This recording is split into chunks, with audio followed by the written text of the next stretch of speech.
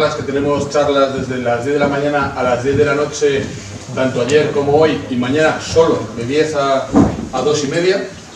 Sabéis que simultáneamente a las charlas luego tenemos también rutas interpretadas de hora y media, y luego talleres infantiles y otras actividades en los expositores. Ahora mismo la charla que tenemos ahora a las 11 es con Silvia Villaverde, que es un poquito pues para homenajear entre comillas y sin comillas a esa gente que trabaja en la sombra para precisamente que siga habiendo algunos individuos que normalmente por causas humanas hubieran dejado de volar. Vamos a hablar de aves, ¿no? También hay en el centro de recuperación hay mamíferos, pero bueno, vamos a hablar de aves, ¿no? Entonces, en este caso, Silvia, nos conocemos hace muchos años, entonces casi o te ruborizo o te autopresentas. Lo que prefieras, da igual. Bueno, ella, claro, es Silvia, pero es la doctora Villaverde. Ahora mismo, actualmente es la directora veterinaria del CRAS de Tres Cantos en la Comunidad de Madrid.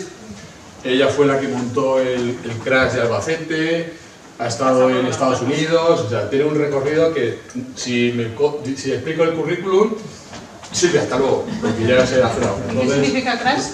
CRAS, Centro de Recuperación de Aves Animales Silvestres. Y en otros entornos es Colegio Rural Agrupado. Con lo cual, cuidado, ¿vale? Entonces, tú eres de los animales silvestres, ¿vale? Es que hay coña porque yo a veces doy una charla en un crash o en un crash y dices, en varios crash y dices, pero con animales humanos, pues bueno, dejo la broma. Bueno, entonces, las simplemente comunidades se llaman CREAS, de especies amenazadas. Sí.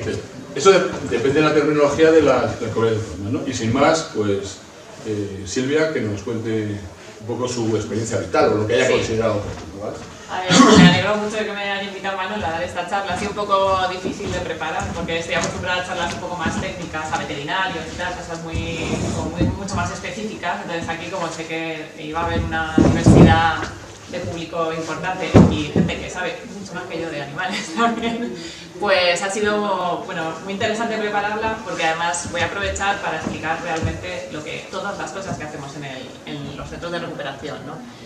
Entonces empiezo con una pequeña broma, ¿no? Y es que esto es lo que la mayoría de la gente del público se cree que hacemos con los pájaros. Esto es lo que se cree mi jefe, que estoy haciendo todo el día, informes uno detrás de otro, porque parece que no, pero tenemos una carga burocrática impresionante. Estamos trabajando con especies protegidas en un centro que además es oficial, es de la Comunidad de Madrid en mi caso. Bueno, yo siempre he trabajado en centros oficiales, ¿vale? Entonces esto requiere que tenemos que tener un seguimiento exhaustivo de cada muestra, animal, cosa que entra en el centro. O sea, que tú puedas saber en cada momento dónde está ese animal.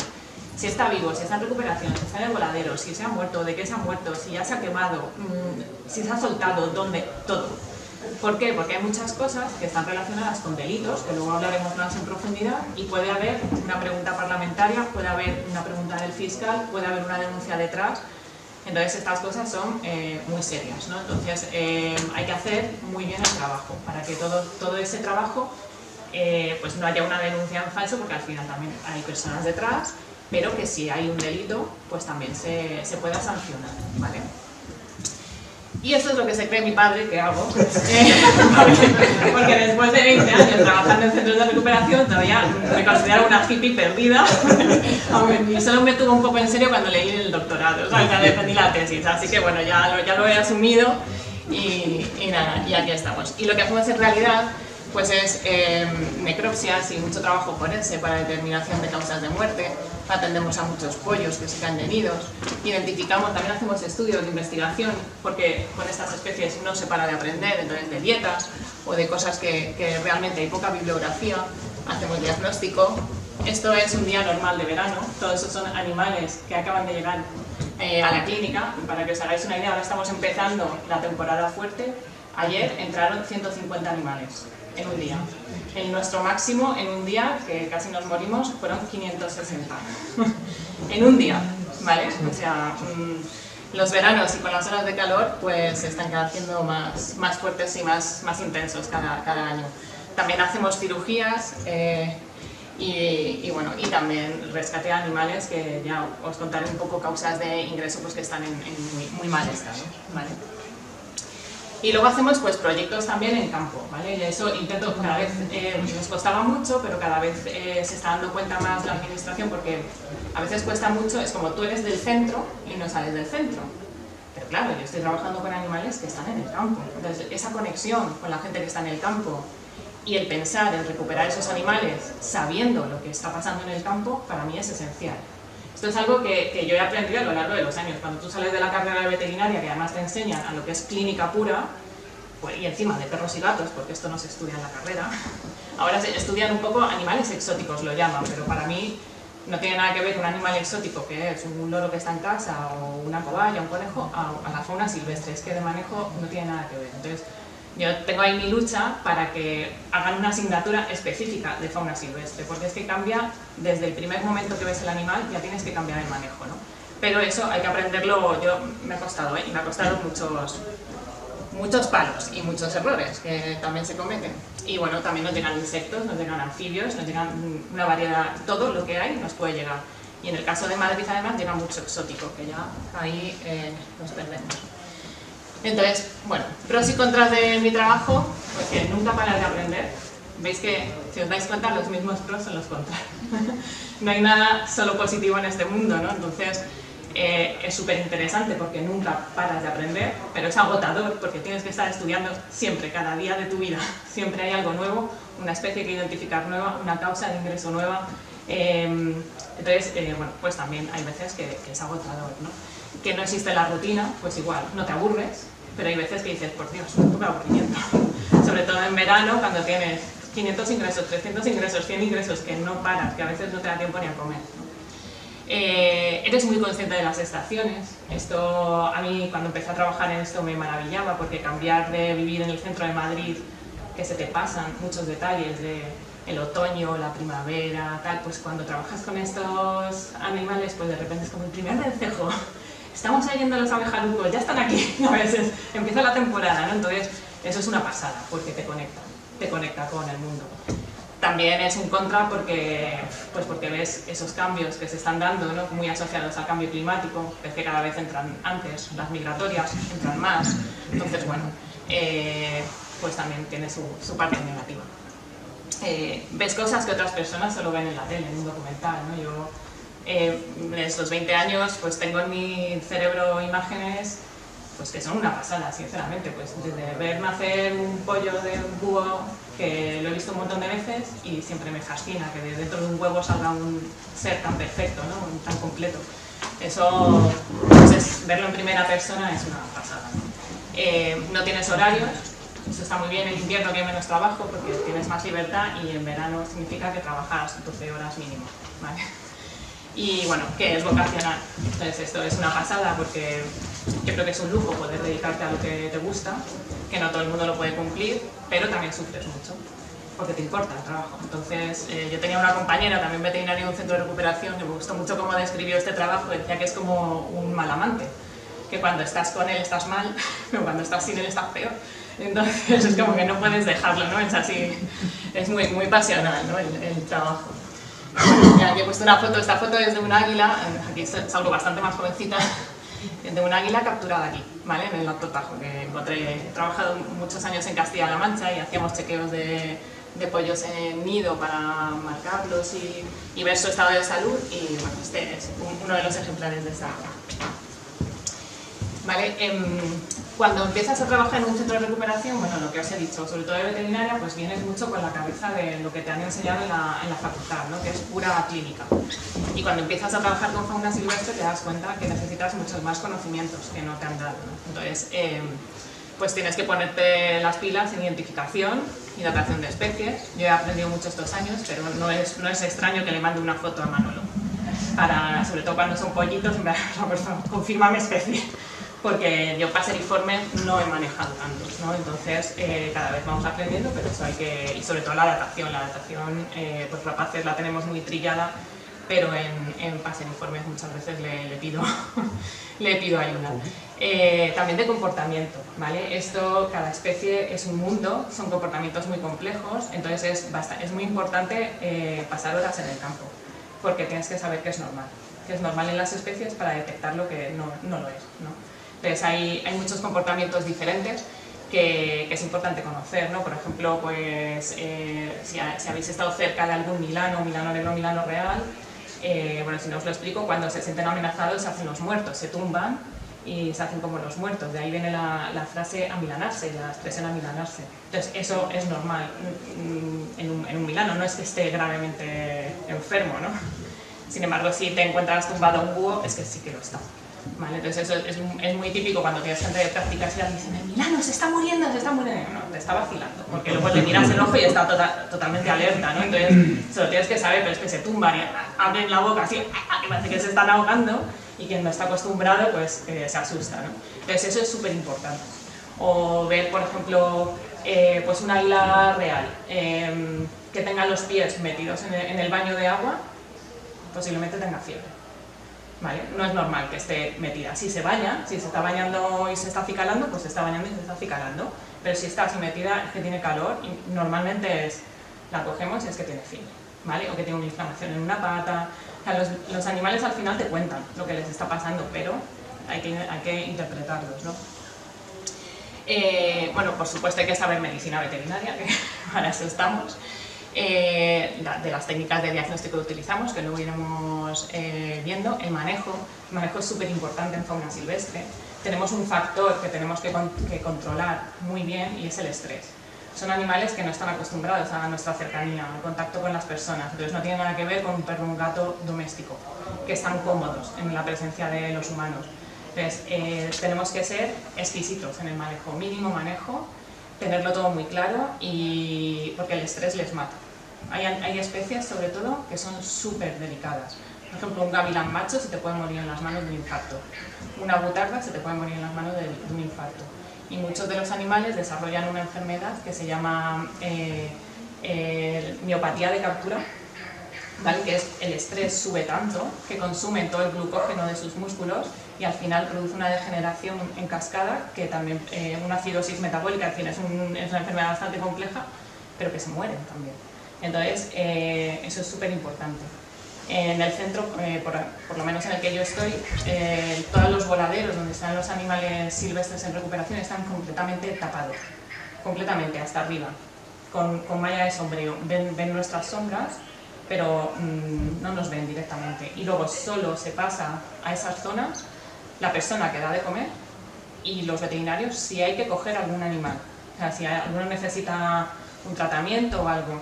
Y yo soy súper estricta, nadie más pasa por los voladeros, nadie más, porque se asusta. Y entonces, con todo el esfuerzo de rehabilitación, se te puede ir a la porra porque se han dado un golpe con una valla, porque se han estresado y a veces hemos tenido accidentes, ¿no? Entonces vamos, súper prohibido. Mi jefe pasa por ahí y le cuesta que yo le ponga ahí barreras.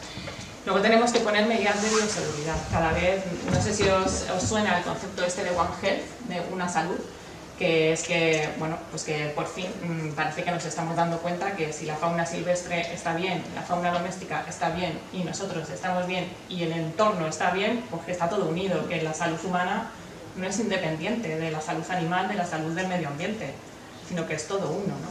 Entonces, en ese ámbito, tenemos que poner unas medidas de bioseguridad y por fin están teniendo en cuenta a los centros de recuperación en la vigilancia epidemiológica de las enfermedades. ¿Por qué? Porque la tuberculosis en las vacas, pues no solo tienen en las vacas tuberculosis, pues tienen los tejones y tienen los ciervos. Entonces tú puedes estar tratando las vacas todo lo que quieras, pero si no ves si hay tuberculosis en todos los animales silvestres que pueden interactuar, que comen del mismo pasto, que defecan en la... no estás haciendo nada, ¿no? Entonces por fin ya parece que está un poco más establecido y ahí los centros de recuperación también tenemos bastante que decir. De hecho, la mayoría de las muestras solo se tiene acceso a ellas en los centros, ¿no? Que son estos animales.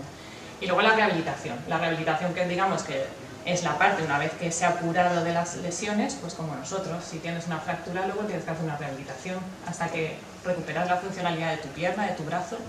Pues en estos animales también. Además, yo siempre digo que estos animales es como si estuvieses tratando a deportistas de élite, porque si les sueltas, tienes que soltarle en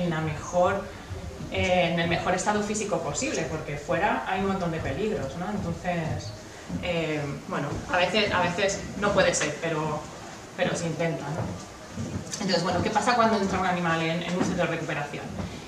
Pues normalmente si tenéis animales y lo habéis llevado al veterinario, el veterinario os pregunta, ¿no? ¿Qué le ha pasado? ¿Qué le has notado? Nosotros eso lo tenemos a veces, ¿no? Hay veces que te lleguen, lo he atropellado, entonces tienes claro lo que ha pasado, pero la mayoría de las veces es no vuela, parece que cojea, tal, no tienes una historia previa, no sabes qué le ha podido pasar, entonces tienes que empezar a mirar el animal desde cero, le miramos todos los huesos, los ojos, la boca, todo, ¿vale? Porque para tener una idea de qué ha podido pasar.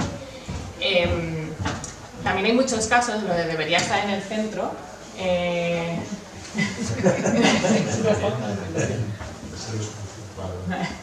Bueno, si debería estar en el centro, ¿no? Y esto diréis, pues si está en el centro, la mayoría de las veces si está en el centro es porque debe. Pero hay muchos animales que nosotros los llamamos, esto es un secuestro. Por ejemplo, los corzos, ¿no? Sabéis la problemática de los corzos, ¿no?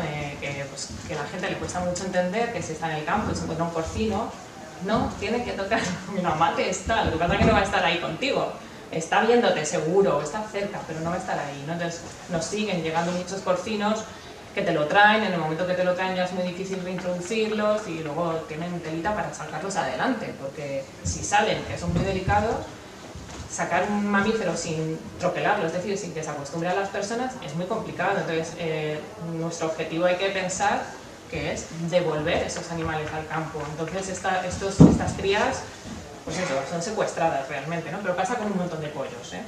Y en Madrid, o sea, en Albacete no me pasaba tanto, pero en Madrid es una cosa, todo el mundo te trae todo lo que se encuentra y nos tiramos horas en plan, no, pero déjale, de verdad, que está la madre, que no, pues te lo traen.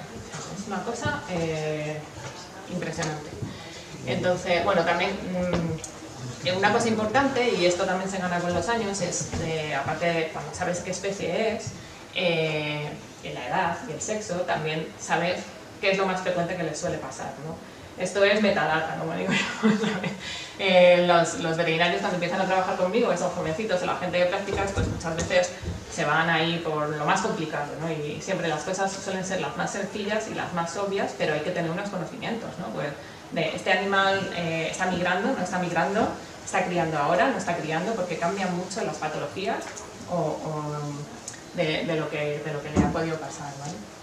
La época del año también, pues eso, si estamos en migración prenupcial, si estamos en época de cría, en postnupcial, si está invernante, eso cambia mucho. La meteorología, ahora con estas tormentas, pues sabemos que nos iban a entrar pollos caídos de nido a tutiplén, y así ha sido, adultos traumatizados, porque con los vientos tan fuertes, pues se chocan muchísimo, sobre todo las aves de gran envergadura, buitres, cigüeñas, águilas, nos han entrado.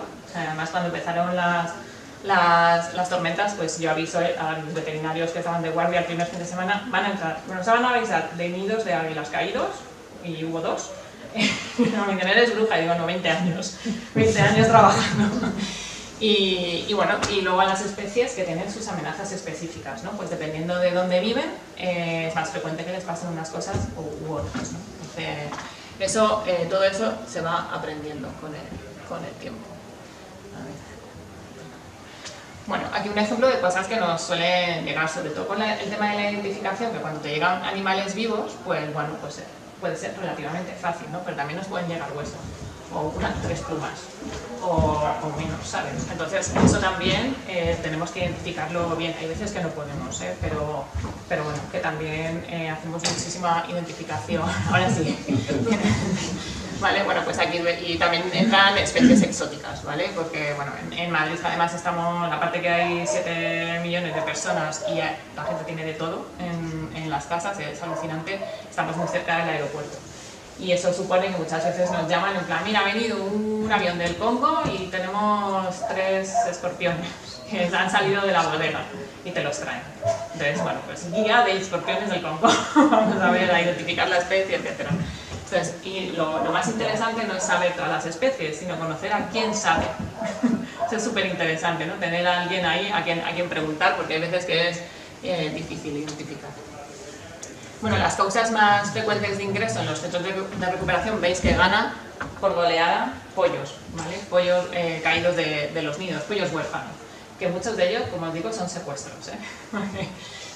entra mucho volantón, pues el típico volantón que está, que los padres siguen cebándole, pero la gente se preocupa y te los trae, ¿no? Pues de todo, de todas las especies que os podáis imaginar. Y bueno, y ganan por goleada los vencejos que se caen en masa, sobre todo con las olas de calor, ¿vale? El año pasado, en mi centro, para que nos entraron 1.500 vencejos. ¿Vale? Es una pasada, porque como el año pasado hubo una ola de calor de 3 meses, pues fue brutal. Vale. Vale, bueno, cuando llega un animal a un centro de recuperación, lo primero que hacemos es eso, es un examen clínico, ¿no? Saber qué le ha pasado.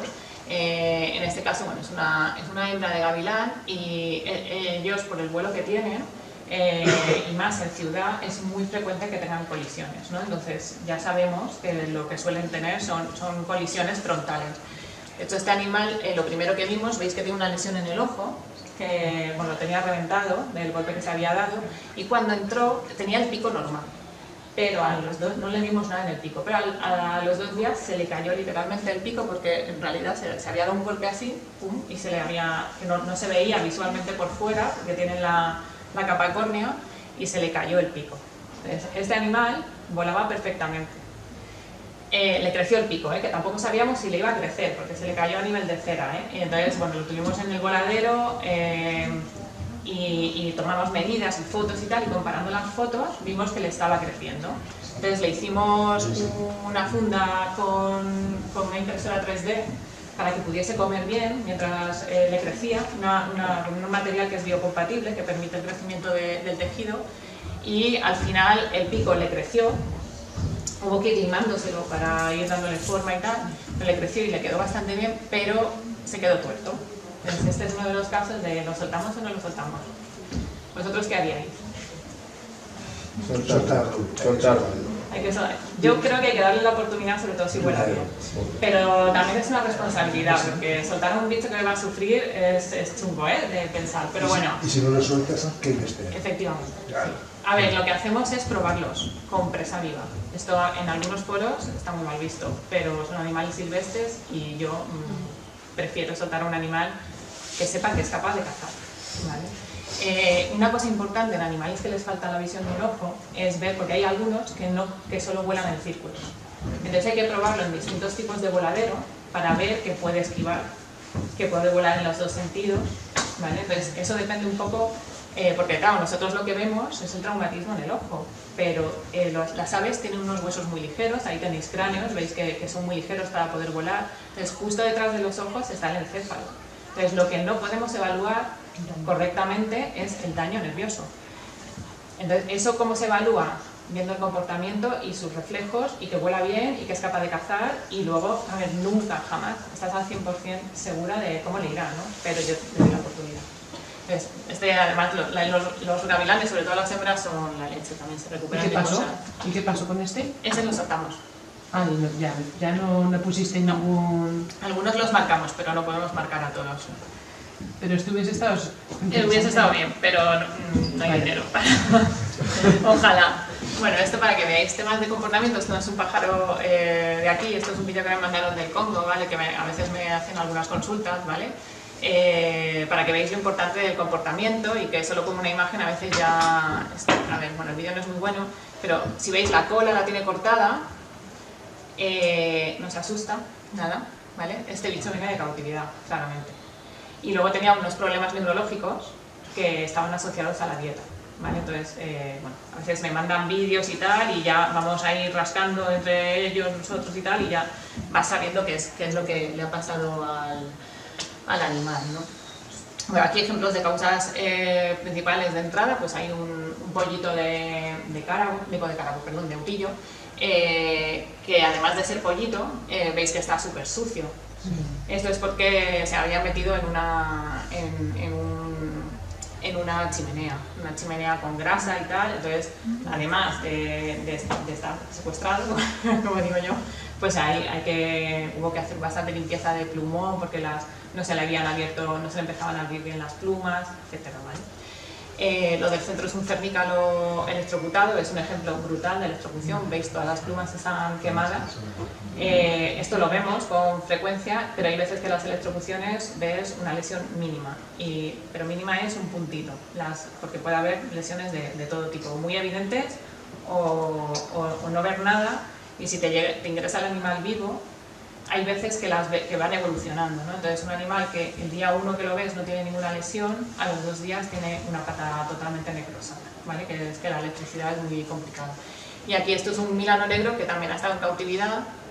Veis que le falta toda la cola, las plumas de las alas las tiene rotas, porque mucha gente que coge pollos o se los lleva a casa los mete en jaulas. La fauna silvestre, los pájaros silvestres, lo peor que le puedes meter es en una jaula. Bueno, yo creo que a cualquier pájaro, una jaula es un horror, pero se machacan las plumas, se quedan sin plumas, muchas veces hacen daño en los carpos y la cera de intentar escaparse. ¿Qué pasa cuando se rompen todas las plumas de vuelo de un ave? Pues seguro que sabéis mejor que yo cómo van las mudas. Hay algunas especies que tardan en mudarlas 5 años. Entonces, un animal que a lo mejor vuela y está perfecto, si no tiene plumas decentes, a lo mejor le estás destinando a estar 1 año, 2 o más en cautividad hasta que mude, y eso es un horror. O sea, los animales cuando entran en los centros de recuperación, cuanto antes salgan mejor, es como cuando nosotros vamos al hospital, ¿no? Tenemos que salir pronto a casa, si no la cosa va a peor, ¿no? Entonces, bueno, esta es una de las... A veces hacemos injertos de pluma, ¿vale? Que es... ponemos plumas recuperadas de cadáveres de la misma especie y se las injertamos en su propio cañón, pero no siempre es posible. Y también eso, por ejemplo, en este pájaro, puedes hacer un injerto de 2, 3 plumas, pero injertar todas las plumas a un pájaro que va a migrar, bueno, a mí me da un poco de miedo, porque como se le caigan a mitad camino, pues, pobre. Bueno, más cosas que hacemos en los centros, pues bueno, después del examen físico, que ya tienes una idea de lo que ha podido pasar, pues elaboras, o sea, haces unas herramientas de diagnóstico, ¿no? Pues tenemos, por supuesto, radiografía, veis hay una fractura importante, muy importante la observación, ¿vale? Ver si come, no come, si se pone de pie, si no se pone de pie. Hay cosas que solo las detectamos observándolas. Aves rapaces en general disimulan. Si están delante, disimulan. ¿Por qué? Porque en el campo, si demuestran que están enfermos, alguien se las come. Entonces, tú eres un depredador potencial y entonces muchas veces ellos pues, se ponen así muy tiesos y tal, y cuando te vas, entonces utilizamos mucho las cámaras, ¿vale? Para saber pues, cómo se mueve, cómo come, qué cara pone, porque es que les cambian hasta la cara, ¿vale? Y luego, muy importante saber los comportamientos normales, ¿vale? Bueno, aquí veis una de las causas de ingreso, que no es de las más importantes, pero existe, que son los disparos, ¿vale? Veis, esto de aquí y eso de ahí son esquirlas de un proyectil de plomo. El plomo es un metal blando que deja resto, ¿vale? Entonces eso lo vemos. Y además en este caso, es un wok. ¿Veis esto de aquí? Sí. ¿Sabéis lo que es? Es una tarjeta con una puta comida. ¿Una? Es un cartucho. Es la parte metálica de un cartucho.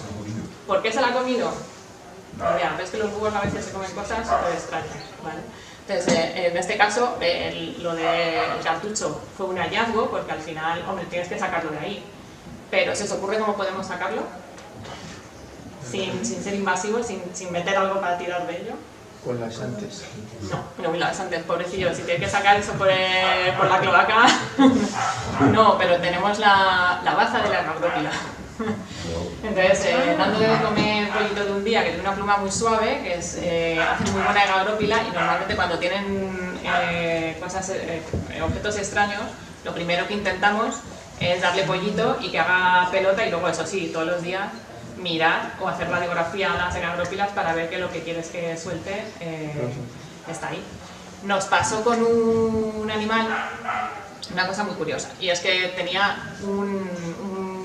lo que vemos en la radiografía son densidades, ¿vale? Pues densidad hueso, densidad músculo, densidad metálica, que serían los proyectiles o el cartucho, ¿no? Entonces veíamos una cosa de densidad metálica en el digestivo. Entonces hicimos lo mismo, el agrópila, tal, y ahí mirando la agrópila, no salía. Bueno, yo ya guardo de todo, guardo todas las porquerías que me ocurren. porque luego muchas veces tienes que volver atrás, ¿no? Entonces, hubo un momento que no veíamos nada en las segagrópilas, le repetimos la radiografía y había desaparecido. Y habíamos mirado heces y de todo, y ahí no salía nada. Y dijimos, tiene que estar en algún sitio. Total, que hacemos radiografía a las segagrópilas y salía ahí. Las deshacemos y no veíamos nada. Digo, por favor, tiene que haber algo. Hacemos la radiografía de la bandeja y salía ahí. Total, que ya nos pusimos a tocar así y era un cristal Swarovski que se hacen con metal. Entonces tiene densidad metal, aunque claro, nosotros no lo veíamos porque era transparente. ¿Que ¿Cómo ha llegado un Swarovski a un cernícalo? Pues no lo sé, se lo habrá comido una presa y él a la presa, o no sabemos, pero claro, súper complicado. O sea, para que veáis que hay casos que dices, bueno, ya, yo decía, si es que tiene que haber algo, si sale en la radiografía, ¿por qué no lo veo? ¿No? Y al final, porque me pinché con él, está aquí, está transparente y ya ves el cristal Swarovski. Bueno, también hacemos analíticas sanguíneas. En casi todos los centros esto se hace de manera rutinaria, es algo que te da muchísima información y es muy barato porque a ver, los presupuestos de la recuperación tampoco son muy bollantes, ¿no? Pero esto te da muchísima información, ¿no? De hematocrito, podemos ver si hay una infección, qué tipo de infección, en qué fase está. Lo que pasa es que lleva su tiempo, ¿vale? También hacemos orina, análisis de heces, ecografía, exámenes oftalmológicos, ¿vale? Que hay muchas veces que incluso enfermedades infecciosas o traumatismos desde fuera, o sea, con lesiones externas es muy difícil verlos en aves porque no se ve un hematoma, no es como a nosotros, enseguida se te ve el golpe, pero por ejemplo mirando fondo de ojo puedes ver un golpe en la cabeza. Como está todo tan relacionado, a veces no ves nada exterior, pero luego ves pues una hemorragia intraocular, ¿vale? Aquí veis por ejemplo una lesión, los búhos con esos ojos tan grandes que tienen se llevan buenos golpes. Y luego tratamiento. Entonces son todas cirugías, veis que operamos todo lo que se puede, da igual que sean pequeños, los operamos también y bueno, cada vez tenemos más mano también, ¿no? Y más medios. Entonces sí que es importante adaptar los tratamientos a las especies, no es igual un buitre negro que un erizo o un chotacabras que operamos la semana pasada, ¿no? Que son bastante más delicados y hay veces que lo más difícil del chotacabras es que coma, por ejemplo. Bueno, luego también hacemos rehabilitación, utilizamos técnica de láser, fisioterapia como en humanos. Lo que pasa es que la fisioterapia con las aves silvestres hay que tener mucho cuidado por el tema del estrés que hemos hablado antes. Entonces lo que mejor les va, a lo mejor en una primera fase hacemos una fisioterapia, pero el vuelo en voladero es lo que mejor les va, ¿no? Tiempo en voladero, hay que tener buenos voladeros. Entonces lo que os hablaba de las cámaras, bueno, he puesto un ejemplo que no es de un mamífero, ¿no? Pero bueno, veis que, por ejemplo, estos también, para ver si están comiendo, si no están comiendo de día y de noche. Manejamos animales que tienen vida nocturna y que, por ejemplo, pues un cara o un búho para ver si come bien, si caza, pues de viaje no lo vas a ver, porque no se va. Hay algunos que sí, pero en general no lo vas a ver. Vale, bueno, y luego, por último, pues las liberaciones, ¿no? Tenemos, una vez que han pasado por todas estas etapas, ya llega el momento de la liberación, que también hay que pensar cómo se hace, porque no es una tontería, ¿no? Pues eso depende mucho de las especies, del sitio, aunque muchas veces vas y dices, aquí hay una carretera, aquí hay un tendido, aquí hay un molino aquí, y dices, tengo que soltarlo, no, si no me lo vuelvo a llevar a casa para protegerlo, ¿no? Entonces bueno, planteamos mucho las sueltas también dependiendo de las especies. Mirad, aquí os he puesto un ejemplo, que veis, parece que va a salir de ahí un bicho enorme. Una caja.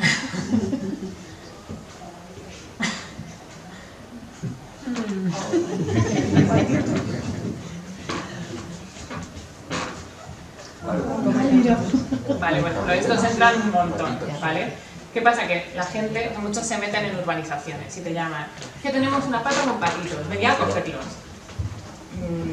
O van los agentes forestales, la pata, ¿qué hace? Se va y no traen los patitos, ¿vale?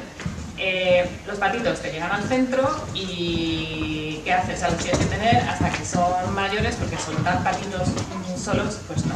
Entonces lo que hacemos es, si tenemos la suerte de tener que nos entre una pata con sus patitos, hay de todo, pero la mayoría de las veces conseguimos que los adopten.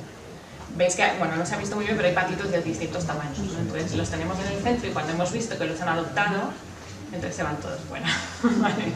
y intentamos que sigan lo que sería su vida natural, ¿no? Porque realmente la gente muchas veces te llama pues eso, porque se les ha metido en la piscina, les ensucia la piscina, o las organizaciones molestan, o están en un sitio peligroso, ¿no? Entonces, la mayoría de las veces te traen solo patitos, ¿vale? Y los patitos solos, pues es una especie, por ejemplo, es una tontería, pero bueno, necesitan mucho calor, y tener una madre, pues es una pasada, ¿vale? Bueno, y luego está la suelta directa. O sea, muchas veces la hacemos con gente, con invitados, ¿vale? Que es bueno, pues cuando ya están preparados salen volando, ¿vale? El tipo de suelta y dónde se sueltan depende mucho de la especie, de la edad del animal, de la época del año, ¿vale? Por ejemplo, un adulto en época de cría, cuanto antes lo sueltes y más cerca de su territorio mejor, porque es posible que esté criando. Si se puede, claro. Si es un pollo, se va a tener que buscar la vida donde lo sueltas, entonces buscas un sitio bueno. Si es una migradora y está ella en la migración posnupcial, pues buscas un sitio donde sepas que hay un dormidero para que se pueda juntar a un grupo y terminar su migración. Entonces, depende mucho. Mucha gente dice, no, hay que soltarlo de donde